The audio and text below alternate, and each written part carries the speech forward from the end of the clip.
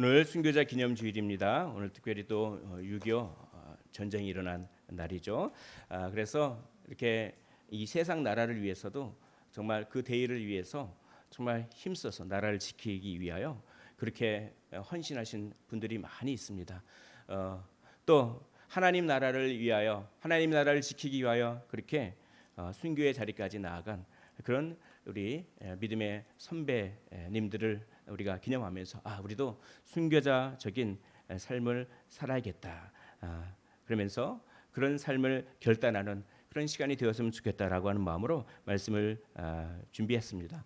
복음을 위해서 피를 흘린 그런 순교자뿐만 아니라 모든 성도가 다 순교자적인 삶을 살아야 합니다. 사도행전 1장 8절에 보면 오직 성령이 너희에게 임하시면 너희가 권능을 받고 예루살렘과 온 유대와 사마리아와 땅 끝까지 이르러 내 증인이 되라 하시니라. 내 증인, 마르투스라고 합니다. 헬라어로 이 마르투스에서 마르티어라고 하는 말, 순교자가 나왔습니다. 물론 1세기 성경 시대에는 마르투스가 순교자라고 하는 뜻이 없었지만 폴리갑이라고 하는 분의 순교를 기점으로 한 얼마 지나지 않아 한 2세기쯤부터는 이 마르투스가 순교자다라고 하는 뜻으로 통용되어질 정도로 이 증인이라고 하는 말은 순교자와 뗄래와 뗄 수 없는 말이라고 할 수 있습니다. 그러니까 우리 주님께서 이렇게 말씀하십니다. 예루살렘과 온 유대와 사마리아와 땅 끝까지 이르러 내 순교자가 되리라. 우리 예수 믿는 사람은 모두 다 순교자적인 삶을 살아야겠습니다. 순교자적인 삶이란 어떤 삶입니까? 오늘 본문은 예수님이 자기 죽음은 어떤 죽음인가, 자기 죽음에 관한 설명을 하세요. 그것이 33절에 나옵니다. 오늘 읽지는 않았지만요. 이렇게 말씀하시면 자기가 어떠한 죽음으로 죽을 것을 보이심이로라. 내가 죽는 죽음은 이런 뜻이 있다라고 설명하는 그런 배경 가운데 오늘 본문이 위치하고 있습니다. 그 말씀 속에는 순교자적인 삶에 대한 중요한 핵심이 나오는 것입니다. 바로 요한복음 12장 24절 화면을 보면서 한 목소리로 읽어보도록 하시겠습니다. 시작. 내가 진실로 진실로 너희에게 이르노니 한 알의 밀이 땅에 떨어져 죽지 아니하면 한 알 그대로 있고 죽으면 많은 열매를 맺느니라. 아멘. 바로 순교자적인 삶의 핵심은 자기 자신을 바라보는 것이 아니라 많은 열매를 바라보는 것. 이것이 순교자적인 삶의 핵심입니다. 나가 아니라 하나님께서 원하시는 열매 이렇게 생각하는 것이, 이런 삶을 사는 것이 순교자적인 삶이죠. 여기 말씀을 보십시오.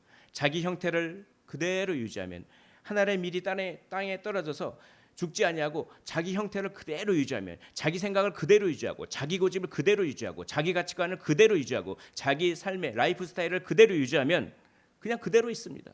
그러나 죽으면, 자기를 부인하면, 자기 가치관을 꺾으면, 자기 고집을 꺾으면, 자기 감정을 부인하면, 자기 삶의 스타일을 부인하고 성경적 스타일로 바꾸면, 그렇게 죽으면 많은 열매를 맺느니라. 이것이 순교자적인 삶의 특징입니다. 이사야 53장 10절에 보면 여호와의 종이 나중에 어떤 사역을 할 것인가를 예수님이 오시기 전에 대략 1000년쯤에 예언을 했어요. 그 예언을 그대로 예수님이 성취하시죠. 이런 말씀이에요. 그의 영혼을 속건제물로 드리기에 이르면, 이 말은 뭐냐면 십자가를 지신다, 이런 뜻이에요.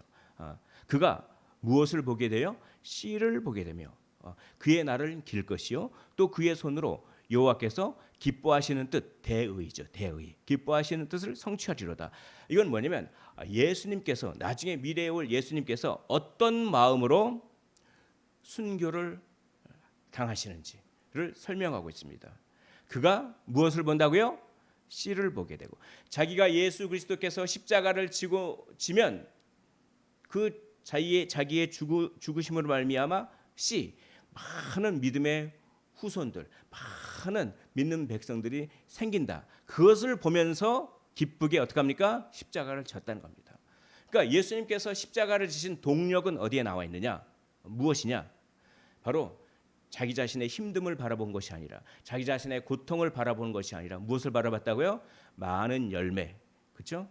죽음을 통하여 얻게 되는 씨, 그것을 바라볼 때 그 힘으로 십자가를 졌다라고 하는 그 원리가 여기 나와 있는 것입니다. 이것을 다르게 표현하면 하나님의 나라라고 하는 대의를 자기 생명보다도 더 사랑하는 것이죠.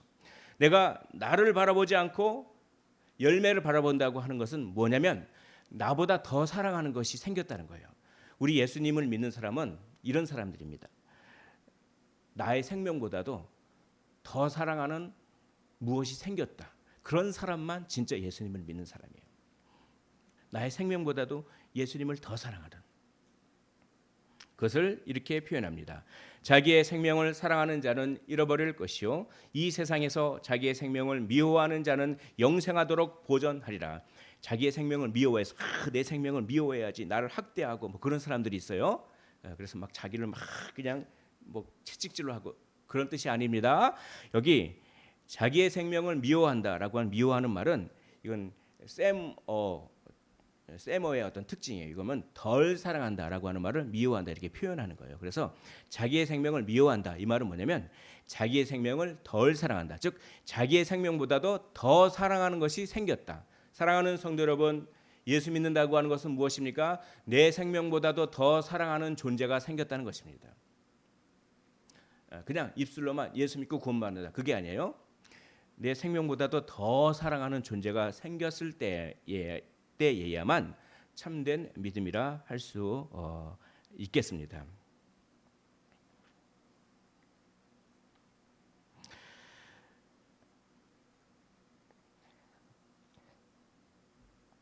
우리는 항상 선택하고 고민하고 갈등합니다. 하나님 나라의 대의, 또 자아, 어떤 걸 더 사랑하느냐, 어떤 걸 더 선택하느냐, 이런 사이에서 우리가 갈등하고 고민하는 거죠. 참된 믿음은 그 사이에서 자아 실현을 선택하는 것이 아니라 그것보다 하나님의 나라의 대의를 더 사랑해서 그것을 선택하는 사람입니다. 대의란 반드시 해야만 하는 큰 뜻, 그것이 대의죠. 오늘날 그 대의가 약해지는 현상을 마주하고 있습니다. 제가 이번 주에 이렇게 신문을 보니까 참 충격적인 소식을 들었어요. 혹시 여러분들도 아시겠지만 냉장고에 영화를 보관해 놨잖아요. 냉장고에다가. 그러니까 지금 출생 신고를 안 한 그 영화들, 자기 자녀를 낳는데 출생 신고를 안 한 거예요. 출생 신고를 안 한 영화들을 대략 조사를 해보니까 2,000명이 넘는답니다. 그래서 그걸 조사해봤어요. 그 2,000명 중에 1%만 조사해봤어요. 23명 정도를 조사해봤는데 그 중에 사망자가 있어요. 그건 뭡니까? 100% 전수 조사를 하겠다고 하는데 전수 조사를 하면 도대체 몇 명이나 죽는단 말입니까?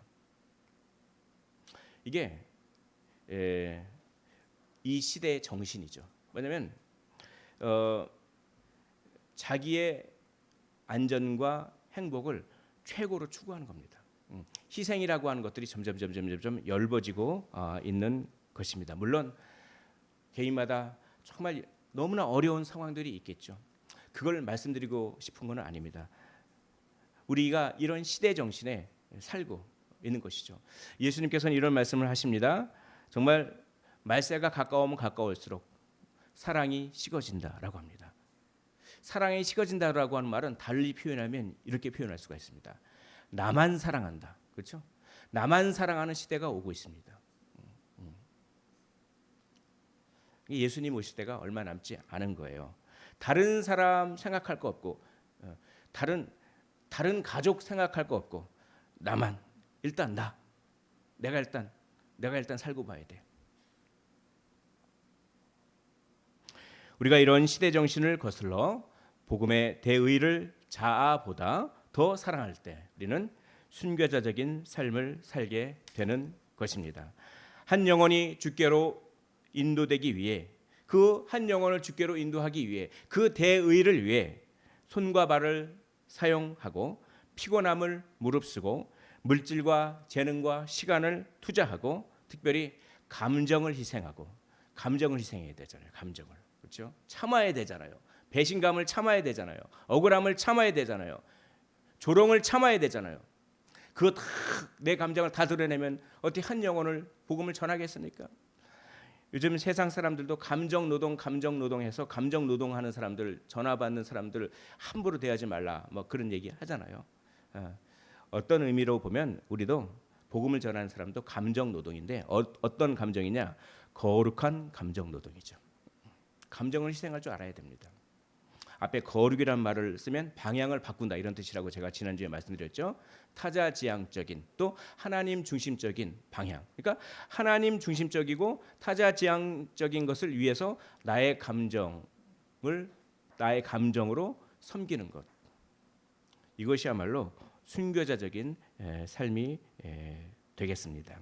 하나님 나라의 대의를 위해서 내가 섬기고 희생하는 것은 무엇입니까? 나의 자아를 사랑합니까? 아니면 하나님 나라를 사랑합니까? 나는 지금 나 자신을 보고 있습니까? 아니면 하나님의 뜻을 보고 있습니까? 오늘 성령께서 물어보고 계시는 것입니다. 우리는 어떻게 순교자적인 삶을 살 수 있습니까? 그것은 예수님과 같은 방향을 바라보는 겁니다. 예수님과 초점을 같이 하는 거예요. 오늘 요한복음 12장 26절에 이렇게 되어 있습니다. 사람이 나를 섬기려면 나를 따르라. 그 다음에 이렇게 말씀되어 있어요. 나 있는 곳에 나를 섬기는 자도 어디 있습니까? 거기 있으리니. 이 거기 있으리니. 이 한 구절이 저에게 다가왔습니다. 여러분, 예수님이 계신 곳에 여러분들이 거기 계십니까? 예수님은 여기 계신데 예수님을 믿는다고 하면서도 예수님과 전혀 다른 곳에 있으면 안 되잖아요. 예수님이 있는 곳에는 반드시 예수님을 섬기는 자도 거기 있습니다. 이 말은 예수님과 같은 방향을 바라보라는 얘기죠. 예수님께 초점을 두라는 것입니다. 어떻게 주님께 초점을 맞추고 어떻게 주님과 같은 방향을 바라볼 수 있겠습니까? 대원칙이 있습니다. 대원칙은 말씀에 순종하는 거예요. 근데 그거는 좀 넓은 거죠. 당연히 말씀을 순종하면 하나님의 예수님과 같은 방향을 바라보는 거죠. 근데 조금 더 구체적으로 그리고 좀 더 실천적이고 효과적인 방법이 있습니다. 그것을 소개해 주고자 합니다. 이겁니다. 내가 지금 누구를 만나고 있잖아요. 그리고 내가 지금 누구를 보고 있지 않습니까? 그럼 이렇게 생각하는 거예요. 주님이 그 영혼을 보고 계신다. 주님이 그 영혼을 만나고 계신다. 내가 어떤 사람을 만나면 나만 만나는 것이 아니라 주님도 나와 함께 그 사람을 만나고 계신다. 이렇게 생각하는 겁니다. 그러면서 주님이 그에게 복음을 나타내라고 하신다. 주님이 그에게 최선을 다하기를 원하신다. 이거죠. 항상 이렇게 생각하는 거예요. 항상 내가 어느 환경에 처해 있으면 나만 그 환경에 처해 있는 것이 아니라 주님도 나와 함께 그 환경에 처해 있다. 내가 누구를 보고 있으면 나만 그 사람을 보고 있는 것이 아니라 주님도 그 사람을 보고 있다. 내가 어떤 사람을 만나고 있으면 나만 그 사람을 만나는 것이 아니라 주님도 나와 함께 그 사람을 만나고 있다. 항상 이렇게 생각할 때 주님과 주파수를 맞출 수가 있는 것입니다. 우리 주님이 나와 함께 그 영혼과 만나고 있는 것, 내가 어떤 환경에 처하게 된 것은 하나님께서 그 속에서 복음을 나타내려고 하신 것이라고 우리가 믿을 때 우리는 순교자적인 삶을 살 수가 있는 것입니다. 그것이 바로 하나님과 같은 방향을 바라보는 것이 아니겠습니까? 하만이라는 사람 때문에 유대민족 전체가 몰살을 당하게 생겼어요. 그래서 정말 모르드게가 에스더에게 이렇게 얘기를 하죠. 왕을 만나라 이렇게. 근데 에스더가 왕을 함부로 만날 수 없습니다. 고대 사회에서는 왕을 함부로 못 만나요. 허가가 떨어져야 왕을 만날 수가 있죠. 지금 허가가 안 떨어졌습니다. 그럴 때 이제 모르드게가 하는 말이 이런 말이잖아요. 에스더 4장 14절에 내가 왕후의 자리를 얻은 것이 이때를 위함이 아닌지 누가 알겠느냐. 이 이 말을 딱 듣고 에스더가 아마 생각을 했을 겁니다. 나에게 왕후의 자리를 얻게 한 하나님은 이때를 위해서 그걸 준비해 놓으셨구나라고 하면서 유대 민족을 바라보지 않았겠습니까? 유대 민족을 딱 바라봤는데 유대 민족을 딱 바라보니까 하나님께서도 그 위험에 처한 유대 민족을 하나님께서도 바라보고 계신 거예요. 그것을 아마 느끼지 않았겠습니까? 하나님께서 그 유대 민족을 바라보고 계시는구나. 그리고 이때를 위해서 나를 왕후의 자리로 세워 주신 거구나 라고 하면서 어떻게 생각했습니까? 어떤 환경에 처해 있을 때, 그렇죠? 그 환경에 나만 있는 것이 아니라 하나님도 함께 계시고 그것을 바라보고 계신다. 그것을 생각하지 않았겠습니까?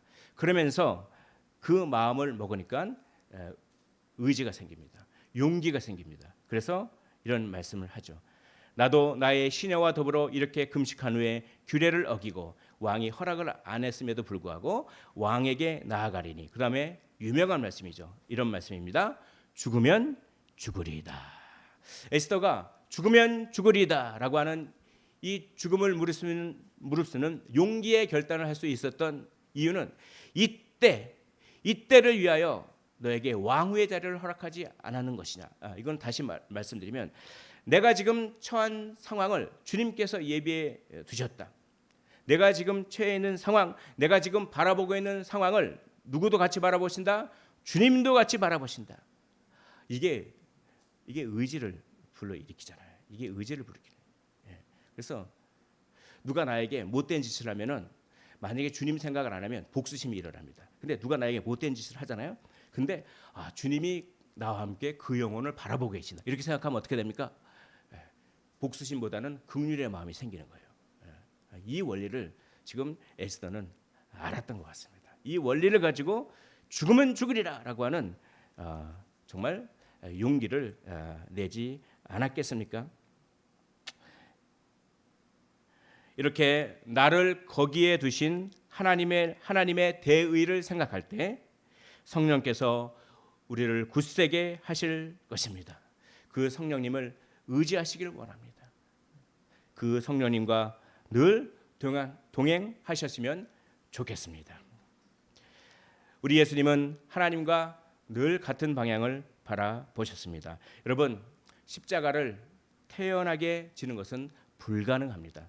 오늘 말씀을 보면은 지금 내 마음이 괴로우니 무슨 말을 하리요? 아버지여 나를 구원하여 이때를 면하게 하여 주옵소서. 예수님도 인간이시기 때문에 두려움을 느끼셨어요. 여러분, 두려움을 느끼는 그 자체는 죄가 아닙니다. 그러나 두려움 때문에 우리 인간은 죄에 쉽게 빠져요. 그러나 예수님은 두려움을 느끼실지언정 죄에 빠지지 않으시는 분이죠. 인성은 있으셨습니다. 근데 여기 보시면 이게 무엇과 비슷합니까? 겟세마네 기도와 비슷하죠. 근데 이 겟세마네 기도하기 전에 이런 말씀하신 거예요. 여기 굉장한 은혜가 있어요. 그러니까 우리는 예수님께서 겟세마네 기도에서 딱 한 번만 그 전에는 십자가를 생각하도 의연하다가 겟세마네 기도에서 딱 한 번만 고민하시고 이 잔을 이렇게 피할 길이 있으면 그것을 피하게 해 주옵소서. 겟세마네 기도에서 딱 한 번만 그런 줄 알았지만 그게 아니에요. 아주 여러 번 예수님께서 사역을 하시다가 이제 십자가를 내가 질 생각을 하니까 두려우신 거예요. 한 번이 아니라 여러 번. 그때마다 예수님께서 아버지요 이때를 면하면 안 되겠습니까? 그렇게 기도하셨던 거예요. 그러니까 이게 참 은혜죠. 그러나 곧바로 내가 이를 위하여 이때 왔나이다. 이렇게 말씀하시는 그 예수님을 보는 것입니다. 그렇죠? 한 번만이 아니라 그걸 한번 생각해 보십시오. 여러 번 너무나 두려우셔서 이거 면하게 하면 안 되겠습니까? 기도하고 아니요. 그러나 나의 뜻대로 말고 주님 뜻대로 하시옵소서. 그리고 막 사역을 하시다가 또 십자가 생각이 납니다. 근데 또 두렵습니다. 주님 이때를 면하게 하여 주옵소서. 그러나 내가 이것을 해야 되지 않겠습니까? 이걸 수도 없이 반복하시는 그 예수님. 그 예수님의 모습을 우리가 한번 바라봤으면 좋겠습니다.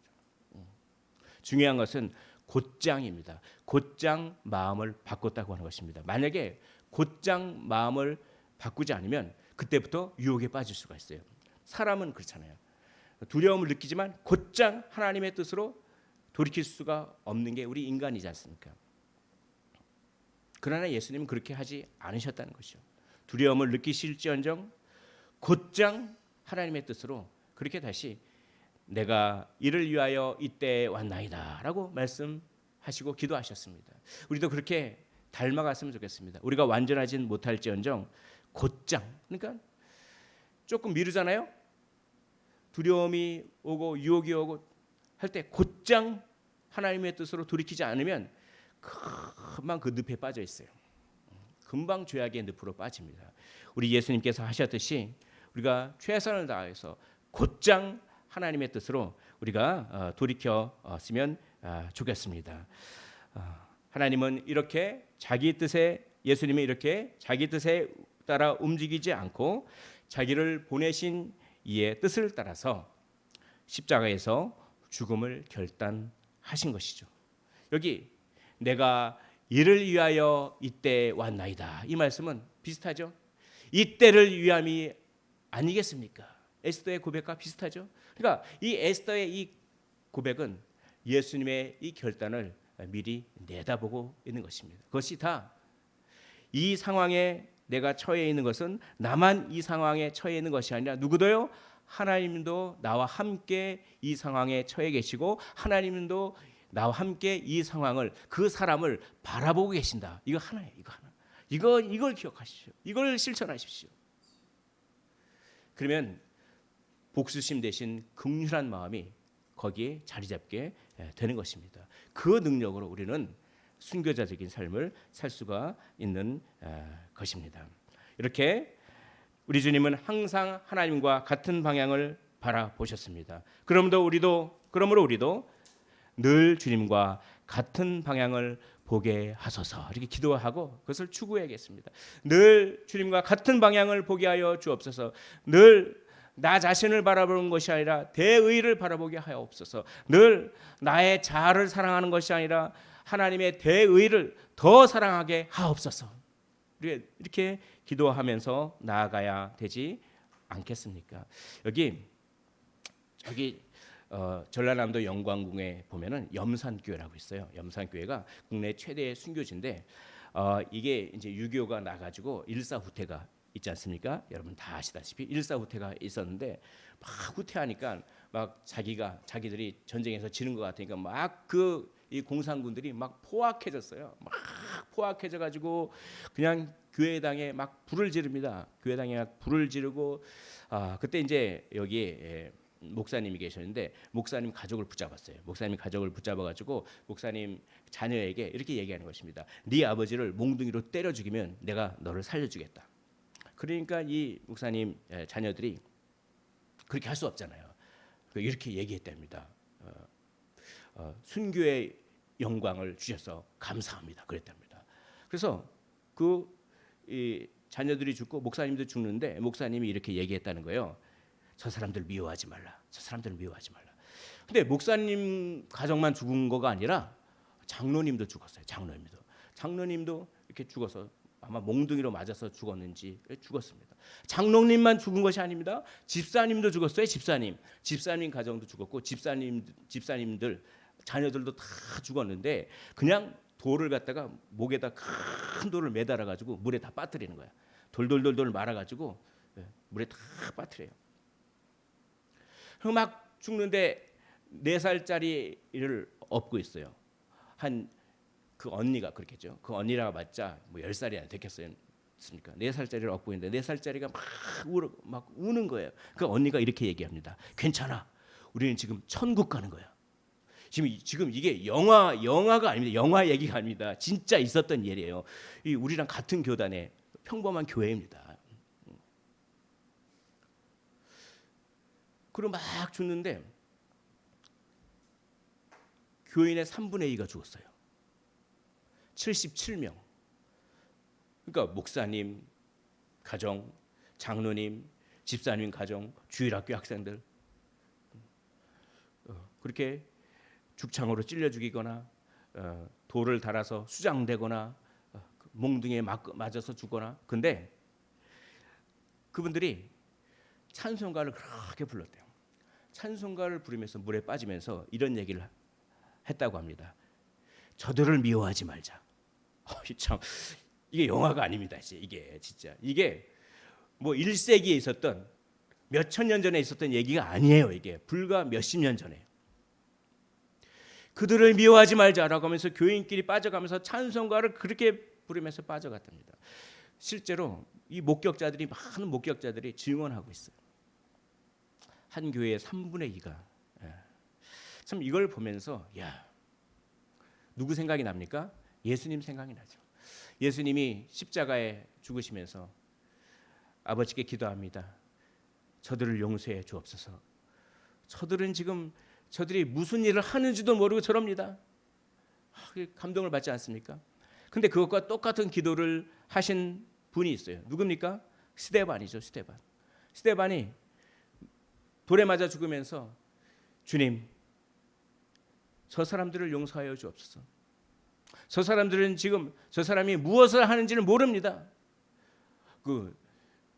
주님은 그렇다고 치더라도 스데반, 이 스데반 정말 대단한 사람이다. 근데 스데반은 성경에 나오는 인물이니까 그렇겠지.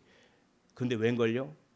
정말 우리나라 그것도 불과 몇십 년 전에 주일 학생들, 그런 아이들도 예수님이 했던 고백, 순교자 스데반이 했던 고백을 똑같이 하고 있습니다.